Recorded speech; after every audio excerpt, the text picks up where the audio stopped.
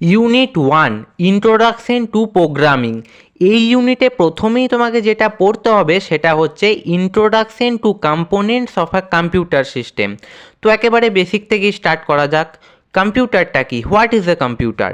একেবারে সহজ ভাষায় বলতে গেলে কম্পিউটার হলো একটা ইলেকট্রনিক ডিভাইস, যেখানে আমরা ইনপুটের মাধ্যমে ডেটা পাঠাই আর সেই ইলেকট্রনিক ডিভাইসটি সেই ডেটাটিকে প্রসেস করে এবং আমাদেরকে আমাদের ডিজায়ার আউটপুট প্রোভাইড করে।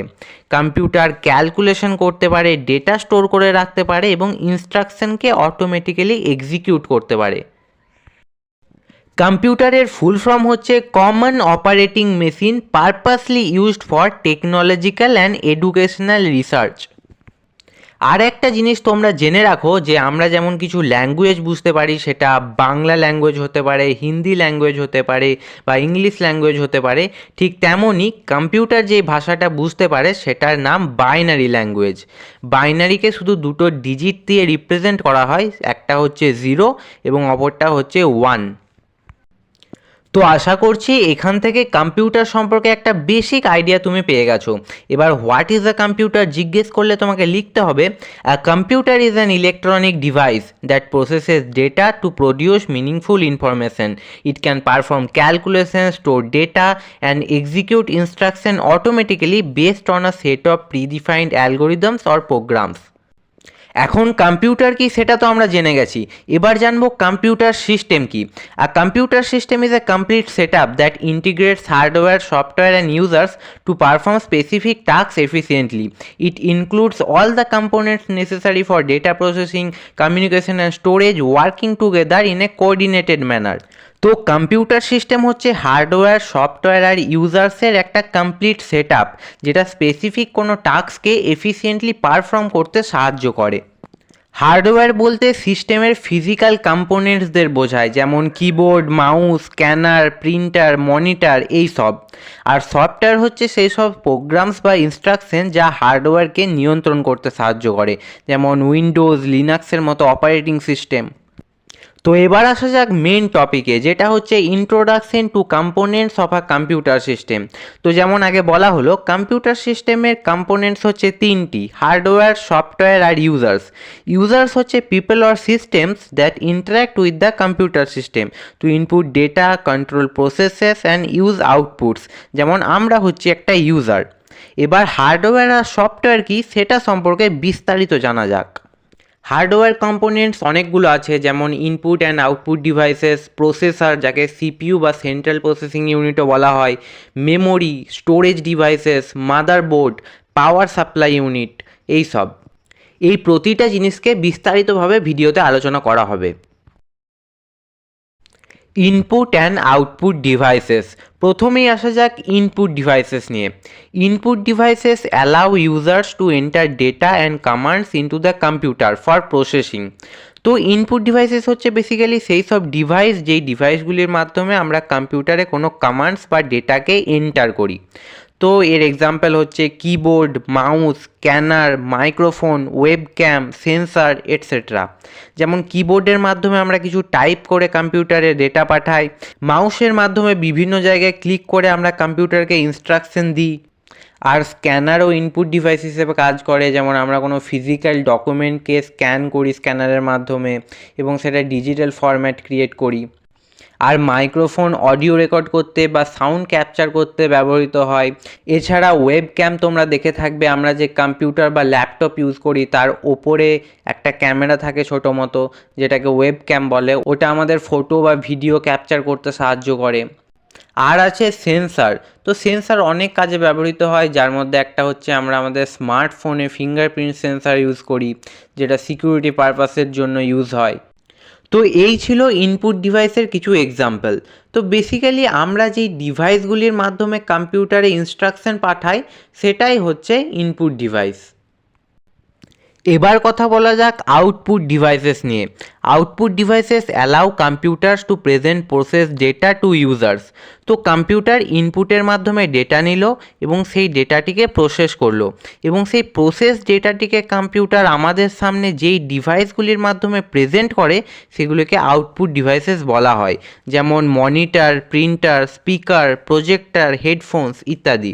যেমন মনিটরে আমরা আউটপুট ডেটা দেখতে পারি, প্রিন্টার কোনো জিনিসকে প্রিন্ট করতে সাহায্য করে, স্পিকারের মাধ্যমে আমরা অডিও আউটপুট পাই, প্রজেক্টরের মাধ্যমে আমরা মুভি দেখতে পাই বা আমাদের কলেজের ক্লাসরুমে পিপিটি প্রেজেন্ট করতে বা অন্যান্য কাজে প্রজেক্টর ব্যবহৃত হয়, হেডফোনসের মাধ্যমে আমরা গান শুনতে পারি বা যে কোনো রকমের অডিও শুনতে পারি। তো এই ছিল আউটপুট ডিভাইসের কিছু এক্সাম্পল। তবে কিছু কিছু ডিভাইস আছে যেগুলি ইনপুট এবং আউটপুট দুটোরই কাজ করে, যেমন টাচ স্ক্রিন। আমরা স্মার্টফোনে যে টাচ স্ক্রিন ব্যবহার করি সেটা ইনপুট ডিভাইস এবং আউটপুট ডিভাইস দুটোরই কাজ করে। যেমন ধরো আমরা গুগলে কিছু সার্চ করতে চাই, তখন কিবোর্ডে সেটা আমাদের টাইপ করতে হবে, এখানে টাচ স্ক্রিন ইনপুটের কাজ করছে। আবার গুগল সার্চ করে আমরা যে রেজাল্টটা পাচ্ছি সেটাও আমরা সেই টাচ স্ক্রিনেই দেখতে পাচ্ছি, এখানে টাচ স্ক্রিন আউটপুট ডিভাইসের কাজ করছে। এরকম আরও ডিভাইস আছে যেগুলি ইনপুট এবং আউটপুট ডিভাইস দুটোরই কাজ করে, যেমন external hard drives and USB flash drives, আর নেটওয়ার্ক ইন্টারফেস কার্ডস ইত্যাদি। প্রসেসর, যাকে সিপিইউ বা সেন্ট্রাল প্রসেসিং ইউনিটও বলা হয়, the CPU is the brain of the computer. তো প্রসেসর বা সিপিইউ কম্পিউটারের ব্রেন হিসাবে কাজ করে, এটা কম্পিউটারের সব রকম ক্যালকুলেশনস ও প্রসেসকে পরিচালনা করে। সিপিইউ মূলত তিনটি প্রধান অংশ নিয়ে গঠিত: এএলইউ বা arithmetic and logic unit, CU বা কন্ট্রোল ইউনিট এবং registers. ALU arithmetic and logical operations perform করে, এটার সাহায্যে আমরা যোগ বিয়োগ গুণ ভাগ এসব করতে পারি। এছাড়া লজিক্যাল অপারেশন যেমন অ্যান্ড, অর, নট এইসব কাজেও এটা সাহায্য করে। তারপর আছে কন্ট্রোল ইউনিট, যেটা সিইউ বলে। এটা কম্পিউটারের প্রতিটি অংশকে নিয়ন্ত্রণ করে, মানে প্রতিটি পার্টসকে এটা নিয়ন্ত্রণ করে। এটা মেমোরি থেকে ইনস্ট্রাকশন নিয়ে আসে এবং সেটাকে এএলইউ বা অন্যান্য যে ইউনিট আছে সেগুলোতে পাঠিয়ে দেয়। এছাড়া কন্ট্রোল ইউনিট সমস্ত ডেটা প্রসেসিংয়ের জন্য ইনস্ট্রাকশন দেয়। তো সিইউ এর হচ্ছে এত কটা কাজ। এবং তারপর আছে রেজিস্টার্স, এটা একটা হাই স্পিড মেমোরি যেটা টেম্পোরারিলি ডেটা স্টোর করে, মানে কিছুক্ষণের জন্য শুধুমাত্র ডেটাটাকে স্টোর করে রাখবে। রেজিস্টার্সের আবার বিভিন্ন ধরন আছে, যেমন অ্যাকুমুলেটর, যেটা অ্যারিথমেটিক অ্যান্ড লজিক্যাল অপারেশনসের রেজাল্টকে স্টোর করে। তারপর আছে প্রোগ্রাম কাউন্টার, যা নেক্সট ইনস্ট্রাকশন যেটা এক্সিকিউট হবে সেটার অ্যাড্রেসকে ধারণ করে। তারপর আছে ইনস্ট্রাকশন রেজিস্টার্স, এটা কারেন্টলি এক্সিকিউটিং ইনস্ট্রাকশনকে স্টোর করে। তো সিপিইউর প্রধান অংশগুলি সম্পর্কে আমরা এখন জেনে গেছি, এবার আমরা জানবো সিপিইউ কীভাবে ধাপে ধাপে কাজ করে। তো সিপিইউ প্রধানত তিনটি প্রধান ধাপে কাজ করে: ফেচ, ডিকোড আর এক্সিকিউট। ফেচ মেমোরি থেকে ইনস্ট্রাকশন নিয়ে আসে, ডিকোড ইনস্ট্রাকশনকে অ্যানালাইজ করে এবং সেটাকে বোঝে, এক্সিকিউট ইনস্ট্রাকশন অনুযায়ী অপারেশন সম্পন্ন করে। তো সিপিইউ এই তিনটে ধাপেই নিজের কাজ করে। এবার কথা বলা যাক সিপিইউ এর টাইপ সম্পর্কে। সিপিইউ প্রধানত দুই প্রকারের হয়: সিআইএসসি বা কমপ্লেক্স ইনস্ট্রাকশন সেট কম্পিউটার, আর একটা হচ্ছে আরআইএসসি বা reduced instruction set computer. CISC এটা কমপ্লেক্স ইনস্ট্রাকশন সেট ব্যবহার করে, এর এক্সাম্পল হচ্ছে ইন্টেল x86, AMD64 এইসব। আর আরআইএসসি এটা সিম্পল এবং লিমিটেড সেট অফ ইনস্ট্রাকশন ব্যবহার করে, এর এক্সাম্পল হচ্ছে ARM, পাওয়ার পিসি এইসব। Memory. Computer memory is the hardware component that stores data and instruction for processing. It allows a computer to access and manipulate information quickly. তো computer memory হচ্ছে একটা hardware component যেটা data এবং ইনস্ট্রাকশনকে store করে রাখে, যেটা প্রসেসিংয়ে কাজে লাগে। মেমোরি আবার দুই টাইপের হয়: প্রাইমারি মেমোরি এবং সেকেন্ডারি মেমোরি। প্রাইমারি মেমোরি সম্পর্কে প্রথমে বিস্তারিত জানা যাক। প্রাইমারি মেমোরি অনেক ধরনের হয়, যেমন র্যাম, রোম আর ক্যাশ মেমোরি। র্যামের ফুল ফর্ম হচ্ছে র্যান্ডাম অ্যাক্সেস মেমোরি। এটা এক টাইপের ভোলাটাইল মেমোরি যেটা টেম্পোরারিলি বা কিছুক্ষণের জন্য ডেটা বা ইনস্ট্রাকশনকে স্টোর করে রাখে। যেমন ধরো আমি এখন যেই এডিটিংটা করছি, এই এডিটিং করতে করতে যদি বাই চান্স আমার ফোনটা সুইচ অফ হয়ে যায়, তাহলে এতক্ষণ ধরে যত এডিটিং করলাম সমস্তটাই বৃথা চলে যাবে যদি আমি সেভ না করে রাখি সেটাকে। বা ধরো তুমি তোমার মোবাইল ফোনের ক্যালকুলেটর অ্যাপে কোনো ক্যালকুলেশন করছো এবং ক্যালকুলেশন শেষ হওয়ার আগেই তোমার ফোনটা সুইচ অফ হয়ে গেল, তাহলে এতক্ষণ ধরে যত ক্যালকুলেশন করলে কিছুই তোমার সেভ থাকবে না। তো এর থেকেই বুঝতেই পারছো যে র্যাম শুধুমাত্র কিছুক্ষণের জন্যই ডেটাটিকে স্টোর রাখে। র্যাম আবার দুই প্রকারের হয়: ডি র্যাম বা ডাইনামিক র্যাম এবং এস র্যাম বা স্ট্যাটিক র্যাম। ডি র্যাম হচ্ছে একটু স্লো, এটা খুব ধীরে ধীরে কাজ করে এবং একটু সস্তা হয়, এটা মেন মেমোরি হিসেবে কাজ করে। এবং এস র্যাম বা স্ট্যাটিক র্যাম খুব ফাস্ট হয় এবং এটা একটু এক্সপেন্সিভ হয়, এটা ক্যাশ মেমোরিতে কাজে দেয়। ডাইনামিক র্যাম বা ডি র্যামের আবার দুটো ভাগ আছে, এস ডি র্যাম যার ফুল ফর্ম হচ্ছে সিঙ্ক্রোনাস ডি র্যাম, আর ডিডিআর। ডিডিআর এর ফুল ফর্ম হচ্ছে ডাবল ডেটা রেট, যার মধ্যে থাকে DDR1, DDR2, DDR3, DDR4, DDR5 এই সবগুলো থাকে, যেগুলো স্পিড আর এফিসিয়েন্সি হিসাবে বৃদ্ধি পায়। DDR1 থেকে DDR2 ভালো, DDR3 তার থেকে ভালো, তার থেকে DDR4 ভালো, এবং DDR5 এখনও পর্যন্ত সব থেকে ভালো। তো এরকম করে সময়ের সাথে সাথে এগুলো ইমপ্রুভ হতে থাকে। এবার আসা যাক রোম নিয়ে। রোমের ফুল ফর্ম হচ্ছে রিড অনলি মেমোরি।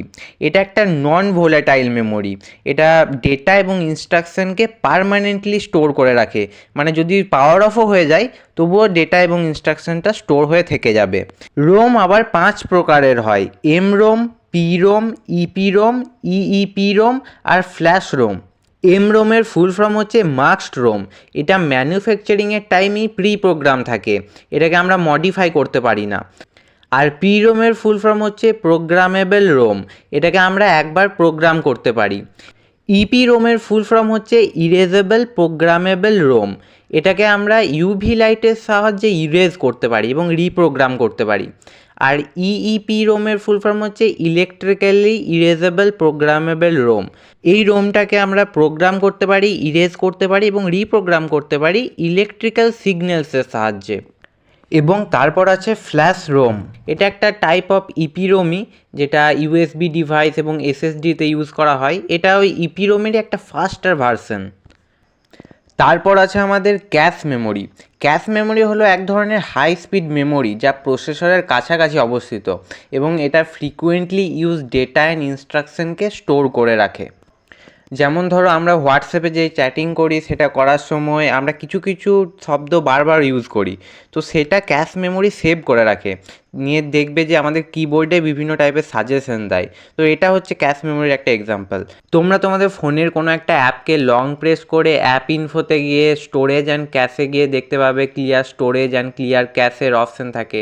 তো cache memory frequently use data and ইনস্ট্রাকশনকে স্টোর করে, আর এটার স্পিড ভীষণ হাই। তো এতক্ষণ আমরা জানলাম প্রাইমারি মেমোরি সম্পর্কে, এবার আসা যাক সেকেন্ডারি মেমোরিতে। সেকেন্ডারি মেমোরি হলো কম্পিউটারের সেই মেমোরি যেখানে ডেটা স্থায়ীভাবে সংরক্ষণ করা হয়। এটা প্রাইমারি মেমোরির মতো অতটা ফাস্ট না, তবে এখানে সংরক্ষিত ডেটা পাওয়ার অফ হয়ে যাওয়ার পরেও কোথাও হারিয়ে যায় না। সেকেন্ডারি মেমোরির কিছু এক্সাম্পল হচ্ছে HDD, CD, DVD, SSD, USB, SSHD, etcetera. Storage devices. Storage disks are secondary storage devices used to store and retrieve digital data permanently.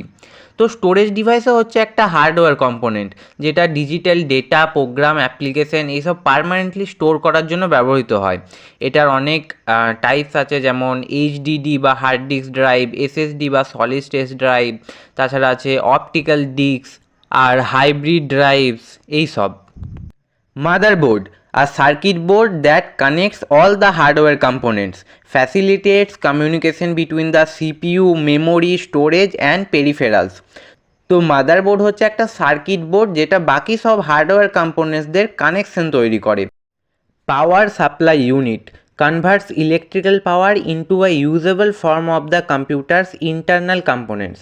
তো এটা কম্পিউটারের ভেতরের কম্পোনেন্টসগুলোর জন্য ইলেকট্রিক্যাল পাওয়ারকে ব্যবহারযোগ্য ফর্মে কনভার্ট করে।